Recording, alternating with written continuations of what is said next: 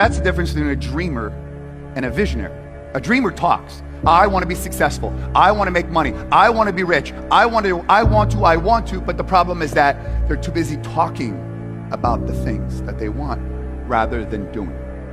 The premise of success, the fundamental is if you take action, and the more action you say, the more yes you say, the more successful you are going to become. The lifestyle you want is hiding behind the discipline you avoid. So fellas, I already know how it is. Us as men, we want that life where flights are first class, the views hit different, the keys on the table belongs to something foreign, and the crib sits high enough to see over the whole city through the glass. I know how it is, bro. But listen, as men, if all we chase is the moment, we never gonna touch the future. So this is to all my guys that it applies to. We gotta start getting in the mindset of legacy plays permanently.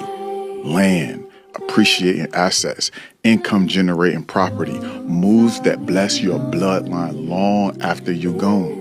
Not just inspiring people with your words, but instead shifting people's worlds in ways that actually last.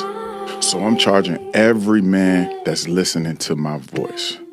Lock in, bro. Let's show up.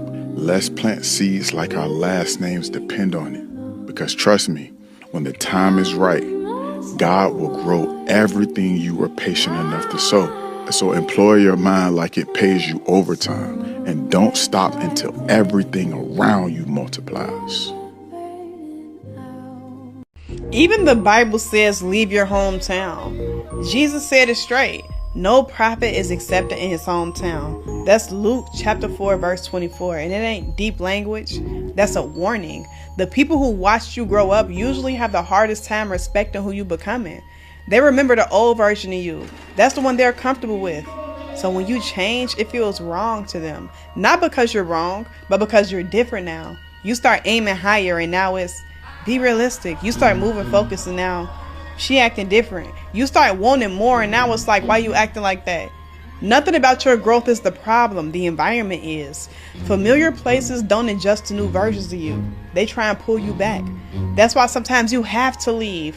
Not always physically, but mentally, emotionally, access-wise. You can still love people and still outgrow the space you started in. Jesus wasn't rejected because he lacked truth. He was rejected because he was too familiar. So if you feel resistance where you're from, don't internalize it. That's not failure.